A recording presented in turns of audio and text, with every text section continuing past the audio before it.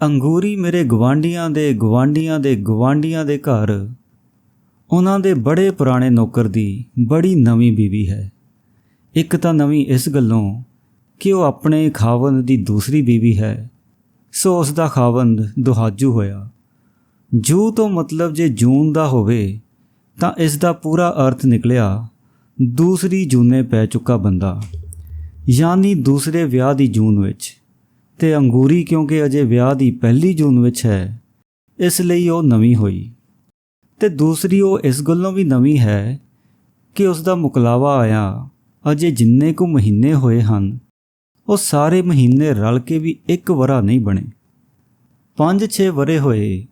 ਪ੍ਰਭਾਤੀ ਜਦੋਂ ਆਪਣੇ ਮਾਲਕਾਂ ਤੋਂ ਛੁੱਟੀ ਲੈ ਕੇ ਆਪਣੀ ਪਹਿਲੀ ਵਹੁਟੀ ਦੀ ਕਿਰਿਆ ਕਰਨ ਲਈ ਆਪਣੇ ਪਿੰਡ ਗਿਆ ਸੀ ਤਾਂ ਕਹਿੰਦੇ ਹਨ ਕਿ ਕਿਰਿਆ ਵਾਲੇ ਦਿਨ ਇਸ ਅੰਗੂਰੀ ਦੇ ਪਿਓ ਨੇ ਉਸ ਦਾ ਪਰਨਾ ਨਿਚੋੜ ਦਿੱਤਾ ਸੀ। ਕਿਸੇ ਵੀ ਮਰਦ ਦਾ ਇਹ ਪਰਨਾ ਭਾਵੇਂ ਆਪਣੀ ਔਰਤ ਦੀ ਮੌਤ ਉੱਤੇ ਅਥਰੂਆਂ ਨਾਲ ਨਹੀਂ ਭਿੱਜਿਆ ਹੁੰਦਾ, ਚੌਥੇ ਵਾਲੇ ਦਿਨ ਜਾਂ ਕਿਰਿਆ ਵਾਲੇ ਦਿਨ ਨਹਾ ਕੇ ਪਿੰਡਾ ਪੂੰਝਣ ਤੋਂ ਪਿੱਛੋਂ ਇਹ ਪਰਨਾ ਪਾਣੀ ਨਾਲ ਹੀ ਗਿੱਲਾ ਹੁੰਦਾ ਹੈ। ਪਰ ਸਧਾਰਨ ਜਿਹੀ ਪੇਂਡੂ ਰਸਮ ਨਾਲ ਕਿਸੇ ਹੋਰ ਕੁੜੀ ਦਾ ਪਿਓ ਉੱਠ ਕੇ ਜਦੋਂ ਇਹ ਪਰਨਾ ਨਿਚੋੜ ਦਿੰਦਾ ਹੈ ਤਾਂ ਜਿਵੇਂ ਆਖ ਰਿਹਾ ਹੁੰਦਾ ਹੈ, ਉਸ ਮਰਨ ਵਾਲੇ ਦੀ ਥਾਵੇਂ ਮੈਂ ਤੈਨੂੰ ਆਪਣੀ ਧੀ ਦੇ ਦਿੰਦਾ ਹਾਂ, ਹੁਣ ਤੈਨੂੰ ਰੋਣ ਦੀ ਲੋੜ ਨਹੀਂ, ਮੈਂ ਤੇਰੇ ਅਥਰੂਆਂ ਨਾਲ ਭਿੱਜਿਆ ਹੋਇਆ ਪਰਨਾ ਵੀ ਸੁਕਾ ਦਿੱਤਾ ਹੈ। ਪ੍ਰਭਾਤੀ ਦਾ ਇਸ ਅੰਗੂਰੀ ਨਾਲ ਦੂਸਰਾ ਵਿਆਹ ਹੋ ਗਿਆ ਸੀ, ਪਰ ਇੱਕ ਤਾਂ ਅੰਗੂਰੀ ਅਜੇ ਉਮਰ ਦੀ ਛੋਟੀ ਸੀ ਤੇ ਦੂਸਰਾ ਅੰਗੂਰੀ ਦੀ ਮਾਂ ਜੂੜੀ ਦੇ ਰੋਗ ਨਾਲ ਬੱਝੀ ਹੋਈ ਸੀ। ਇਸ ਲਈ ਮੁਕਲਾਵੇ ਵਾਲੀ ਗੱਲ 5 ਵਰ੍ਹਿਆਂ ਉੱਤੇ ਪੈ ਗਈ। ਫਿਰ ਇੱਕ ਕਰਕੇ 5 ਵਰ੍ਹੇ ਵੀ ਲੰਘ ਗਏ ਸਨ ਤੇ ਇਸ ਵਰ੍ਹੇ ਜਦੋਂ ਪ੍ਰਭਾਤੀ ਆਪਣੇ ਮਾਲਕਾਂ ਤੋਂ ਛੁੱਟੀ ਲੈ ਕੇ ਆਪਣੇ ਪਿੰਡ ਆਪਣਾ ਮੁਕਲਾਵਾ ਲੈਣ ਗਿਆ ਸੀ ਤਾਂ ਆਪਣੇ ਮਾਲਕਾਂ ਨੂੰ ਪਹਿਲਾਂ ਹੀ ਕਹਿ ਗਿਆ ਸੀ ਕਿ ਉਹ ਜਾਂ ਤਾਂ ਆਪਣੀ ਵਹੁਟੀ ਨੂੰ ਵੀ ਨਾਲ ਲਿਆਵੇਗਾ ਤੇ ਸ਼ਹਿਰ ਵਿੱਚ ਆਪਣੇ ਕੋਲ ਰੱਖੇਗਾ ਤੇ ਜਾਂ ਉਹ ਵੀ ਪਿੰਡੋਂ ਮੁੜਨ ਨਹੀਂ ਲੱਗਾ। ਮਾਲਕ ਪਹਿਲਾਂ ਤਾਂ ਦਲੀਲੀ ਪੈ ਗਏ ਸਨ, ਕਿਉਂਕਿ ਇੱਕ ਪ੍ਰਭਾਤੀ ਦੀ ਥਾਵੇਂ ਆਪਣੇ ਚੌਂਕੇ ਵਿੱਚ ਉਹ 2 ਜਣਿਆਂ ਨੂੰ ਰੋਟੀ ਨਹੀਂ ਸਨ ਦੇਣਾ ਚਾਹੁੰਦੇ।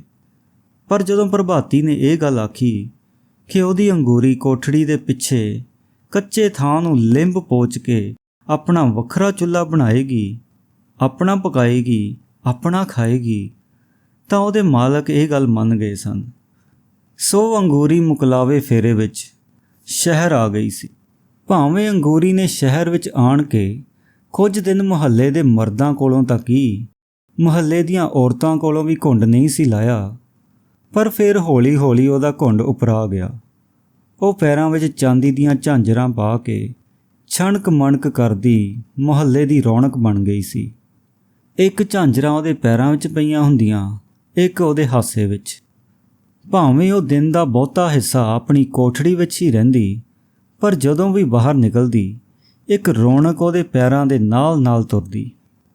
ਇਹ ਕਿਆ ਪਹਿਨਾ ਹੈ अंगूरी?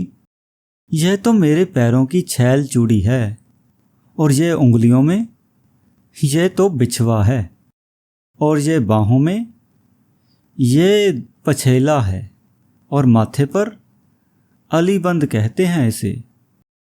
आज तूने कमर में कुछ नहीं पहना, तगड़ी बहुत भारी लागत हो, कल को पहनूंगी, आज तो मैंने तोक भी नहीं पहना, उसका कांटा टूट गया है, कल शहर में जाऊंगी, टांका भी लाऊंगी, मेरे नाक को नक्शा भी था, इतना बड़ा मेरी सास ने दिया नहीं।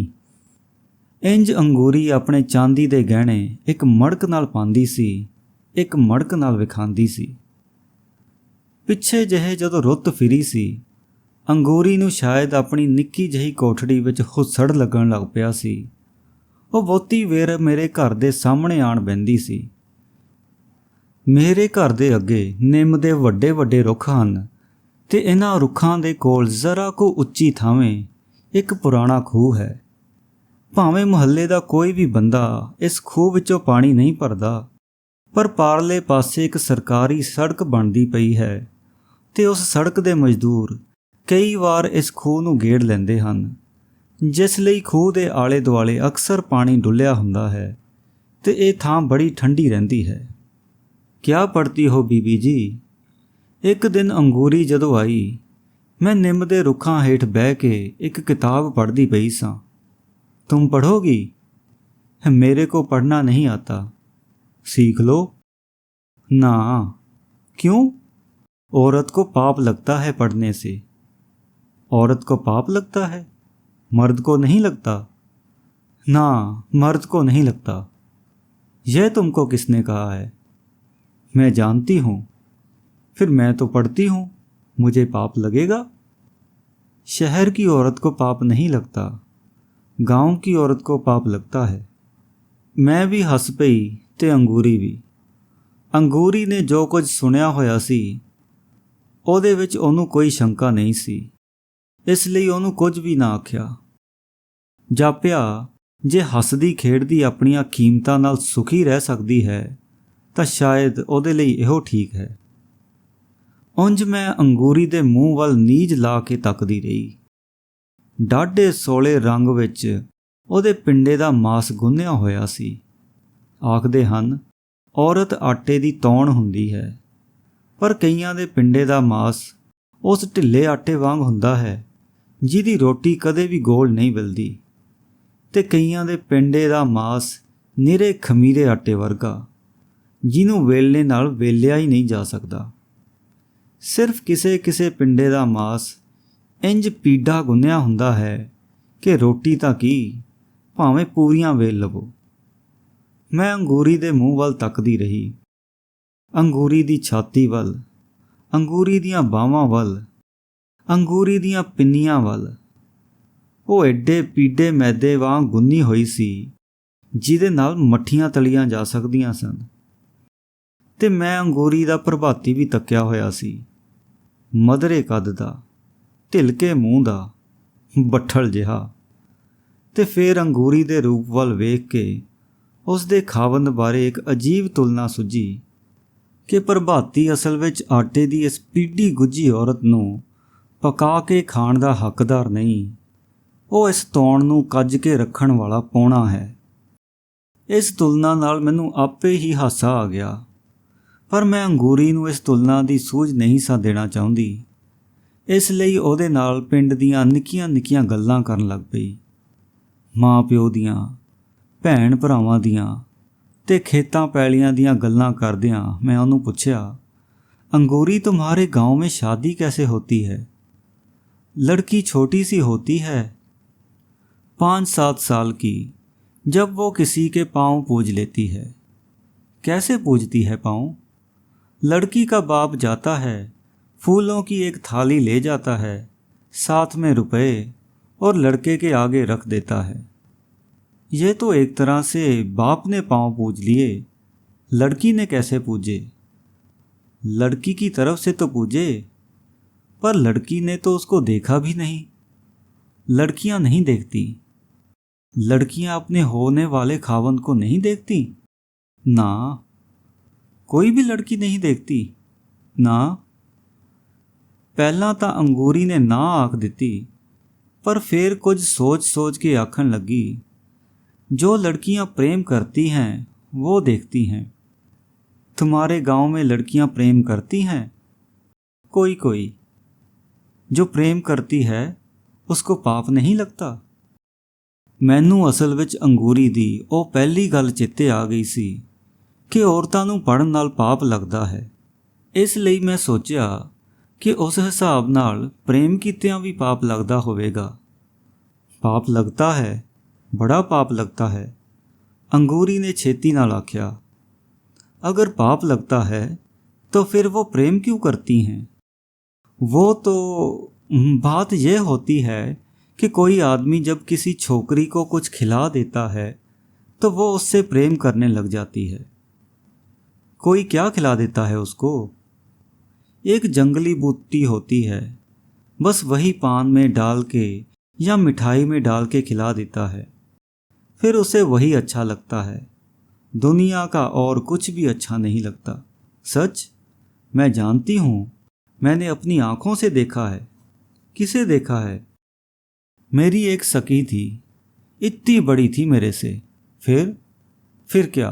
वो पागल हो गई किसी के पीछे, शहर चली गई थी उसके साथ। यह तुम्हें कैसे मालूम है कि तेरी सखी को उसने बूटी खिलाई थी? बर्फी में डाल के खिलाई थी, और नहीं तो क्या। वो ऐसे ही चली जाती अपने माँ बाप को छोड़कर। वो उसको बहुत चीज़ें ला के देता था। शहर से धोती लाता था, चूड़ियाँ लाता था, शीशे की और मोतियों की गानी भी। यह तो चीज़ें हुई ना, पर यह तुम्हें कैसे मालूम है कि उसने जंगली बूटी खिलाई थी? नहीं खिलाई थी तो फिर वो उससे प्रेम क्यों करने लगी थी? प्रेम तो यूं भी हो जाता है। नहीं, ऐसे नहीं होता जिससे माँ बाप बुरा मान जाएं। भला उससे प्रेम कैसे हो सकता है? तूने वो जंगली बूटी देखी है? मैंने नहीं देखी। वह तो बड़ी दूर से लाते हैं, फिर छुपा के मिठाई में डाल के देते हैं या पान में डाल के देते हैं। मेरी तो माँ ने पहले ही बता दिया था कि किसी के हाथ से मिठाई नहीं खाना। तूने बहुत अच्छा किया कि किसी के हाथ से मिठाई नहीं खाई, पर तेरी उस सखी ने कैसे खा ली? अपना किया पाएगी। ਕਹਿਣ ਨੂੰ ਤਾਂ ਅੰਗੂਰੀ ਨੇ ਕਹਿ ਦਿੱਤਾ, ਪਰ ਫਿਰ ਸ਼ਾਇਦ ਉਸ ਨੂੰ ਸਹੇਲੀ ਦਾ ਮੋਹ ਆ ਗਿਆ ਜਾਂ ਤਰਸ ਆ ਗਿਆ। दुखे हुए मन नाल आखन लगी। बावरी हो गई थी बेचारी, बालों में कंघी भी नहीं लगाती थी। रात को उठ उठ के गाने गाती थी। क्या गाती थी? पता नहीं क्या गाती थी। जो कोई बूटी खा लेती है बहुत गाती है, रोती भी बहुत है। गल गाउण ते रोण उत्ते आ पहुंची सी, इसलिए मैं अंगूरी नूं होर कुछ ना पुछया। ਤੇ ਹੁਣ ਬੜੇ ਥੋੜੇ ਜਿਹੇ ਦਿਨਾਂ ਦੀ ਗੱਲ ਹੈ। ਇੱਕ ਦਿਨ ਅੰਗੂਰੀ ਨਿੰਮ ਦੇ ਰੁੱਖ ਹੇਠਾਂ ਆਣ ਕੇ ਚੁੱਪਚਾਪ ਮੇਰੇ ਕੋਲ ਖਲੋ ਗਈ। ਅੱਗੋਂ ਜਦੋਂ ਅੰਗੂਰੀ ਆਉਂਦੀ ਹੁੰਦੀ ਸੀ, ਅਣ ਕਰਦਾ 20 ਗਜ਼ ਪਰਿਓਂ ਹੀ ਉਹਦੇ ਆਉਣ ਦਾ ਖੜਾਕ ਸੁਣਾਈ ਦੇ ਜਾਂਦਾ ਹੁੰਦਾ ਸੀ। ਪਰ ਅੱਜ ਉਹਦੇ ਪੈਰਾਂ ਦੀਆਂ ਝਾਂਜਰਾਂ ਪਤਾ ਨਹੀਂ ਕਿੱਥੇ ਗੁਆਚੀਆਂ ਹੋਈਆਂ ਸਨ। ਮੈਂ ਕਿਤਾਬ ਉੱਤੋਂ ਸਿਰ ਚੁੱਕਿਆ ਤੇ ਪੁੱਛਿਆ, ਕਿਆ ਬਾਤ ਹੈ ਅੰਗੂਰੀ? अंगूरी पहलों किन्ना चिर मेरे वाल तकदी रही, फिर हौली जही आखन लगी, बीवी जी मुझे पढ़ना सिखा दो। क्या हुआ अंगूरी? मेरा नाम लिखना सिखा दो। किसी को खत लिखोगी? अंगूरी ने जवाब ना दिता ते बिट बिट मेरे मुंह वाल तकदी रही। पाप नहीं लगेगा पढ़ने से? मैं फिर पूछा। अंगूरी ने फिर भी जवाब ना दिता ਤੇ ਬਿਟ ਬਿਟ ਮੇਰੇ ਸਾਹਮਣੇ ਅਸਮਾਨ ਵੱਲ ਤੱਕਣ ਲੱਗ ਪਈ। ਇਹ ਦੁਪਹਿਰਾਂ ਦੀ ਗੱਲ ਸੀ। ਮੈਂ ਅੰਗੂਰੀ ਨੂੰ ਨਿੰਮ ਦੇ ਰੁੱਖ ਹੇਠਾਂ ਬੈਠੀ ਛੱਡ ਕੇ ਅੰਦਰ ਆ ਗਈ ਸਾਂ। ਸ਼ਾਮ ਨੂੰ ਫੇਰ ਕਿਤੇ ਮੈਂ ਬਾਹਰ ਨਿਕਲੀ ਤਾਂ ਵੇਖਿਆ ਕਿ ਅੰਗੂਰੀ ਅਜੇ ਵੀ ਨਿੰਮ ਦੇ ਰੁੱਖ ਹੇਠਾਂ ਬੈਠੀ ਹੋਈ ਸੀ, ਬੜੀ ਗੁੱਛਾ ਮੁੱਛਾ ਹੋਈ, ਸ਼ਾਇਦ ਇਸ ਲਈ ਕਿ ਤਰਕਾਲਾਂ ਦੀ ਠੰਡ ਪਿੰਡੇ ਵਿੱਚ ਮਾੜੀ ਮਾੜੀ ਕੰਬਣੀ ਛੇੜ ਰਹੀ ਸੀ। मैं अंगूरी दी पिठ वाले पासे सां। अंगूरी दे मूँह विच एक गीत सी, पर निरा सिसकी वर्गा। मेरी मुंदरी में लागो नगीनवा, हो बैरी कैसे काटूं जो बनवा। अंगूरी ने मेरे पैरां दी बिड़क सुन लई, मूँह मोड़ के तकिया ते फिर अपने गीत नूं अपने मूँह विच मीट लिया। तू तो बहुत अच्छा गाती है अंगूरी। सामने दिसदा पिया सी ਕਿ ਅੰਗੂਰੀ ਨੇ ਆਪਣੀਆਂ ਅੱਖਾਂ ਵਿੱਚ ਕੰਬਦੇ ਅੱਥਰੂ ਮੋੜ ਲਏ ਤੇ ਉਹਨਾਂ ਦੀ ਥਾਵੇਂ ਆਪਣੇ ਹੋਠਾਂ ਉੱਤੇ ਇੱਕ ਕੰਬਦਾ ਹਾਸਾ ਰੱਖ ਦਿੱਤਾ। मुझे गाना नहीं आता। आता है, यह तो तेरी सखी गाती थी, उसी से सुना था, फिर मुझे भी सुनाओ। ऐसे ही गिनती है बरस की, 4 महीने ठंडी होती है, 4 महीने गर्मी और 4 महीने बरखा। ऐसे नहीं, गा के सुनाओ। अंगूरी ने गाया ते ना, पर 12 ਵਰਿਆਂ ਦਾ ਵੇਰਵਾ ਇੰਜ ਗਿਣ ਦਿੱਤਾ ਜਿਵੇਂ ਉਹ ਇਹ ਸਾਰਾ ਹਿਸਾਬ ਆਪਣੀਆਂ ਉਂਗਲਾਂ ਉੱਤੇ ਕਰਦੀ ਪਈ ਹੋਵੇ। 4 ਮਹੀਨੇ ਰਾਜਾ ਠੰਡੀ ਹੋਵਤ ਹੋ, थर थर कांपे कर रिजवा। 4 महीने राजा गर्मी होवत हो, थर थर कांपे पवनवा। 4 महीने राजा बरखा होवत हो, थर थर कांपे बदरवा। अंगूरी बिट बिट मेरे मूँह वाल वेखण लग पई ਮਨ ਵਿੱਚ ਆਇਆ ਇਸ ਦੇ ਮੋਢੇ ਉੱਤੇ ਹੱਥ ਰੱਖ ਕੇ ਪੁੱਛਾਂ, ਝੱਲੀਏ ਕਿਤੇ ਜੰਗਲੀ ਬੂਟੀ ਤਾਂ ਨਹੀਂ ਖਾ ਲਈ। ਮੇਰਾ ਹੱਥ ਉਹਦੇ ਮੋਢੇ ਉੱਤੇ ਰੱਖਿਆ ਵੀ ਗਿਆ ਸੀ, ਪਰ ਮੈਂ ਇਹ ਗੱਲ ਪੁੱਛਣ ਦੀ ਥਾਵੇਂ ਇਹ ਪੁੱਛਿਆ, ਤੂਨੇ ਖਾਣਾ ਵੀ ਖਾਇਆ ਹੈ ਕਿ ਨਹੀਂ? ਖਾਣਾ? ਅੰਗੂਰੀ ਨੇ ਮੂੰਹ ਤਾਂ ਕਰਕੇ ਤੱਕਿਆ।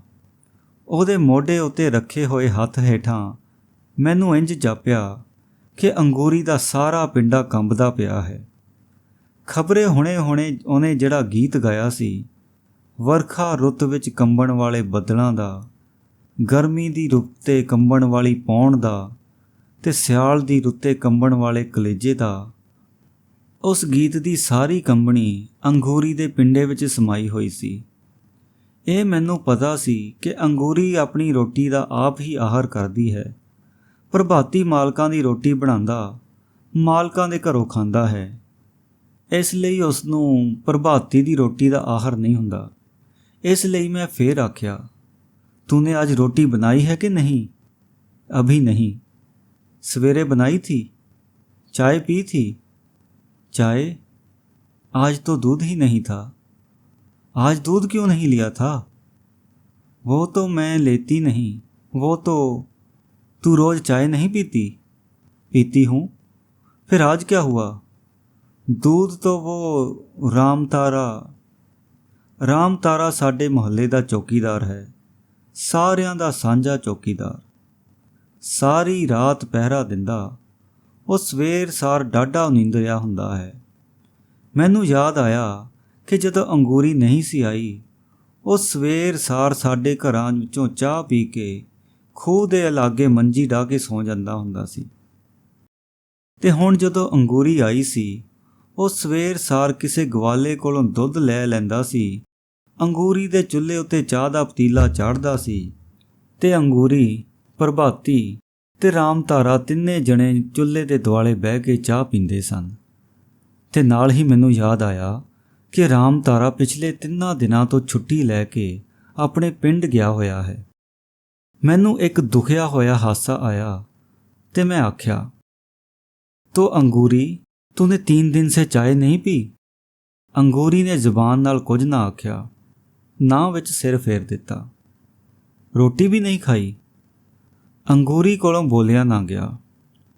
ਦਿਸਦਾ ਪਿਆ ਸੀ ਕਿ ਜੇ ਅੰਗੂਰੀ ਨੇ ਰੋਟੀ ਖਾਧੀ ਵੀ ਹੋਵੇਗੀ ਤਾਂ ਨਾ ਖਾਣ ਵਰਗੀ।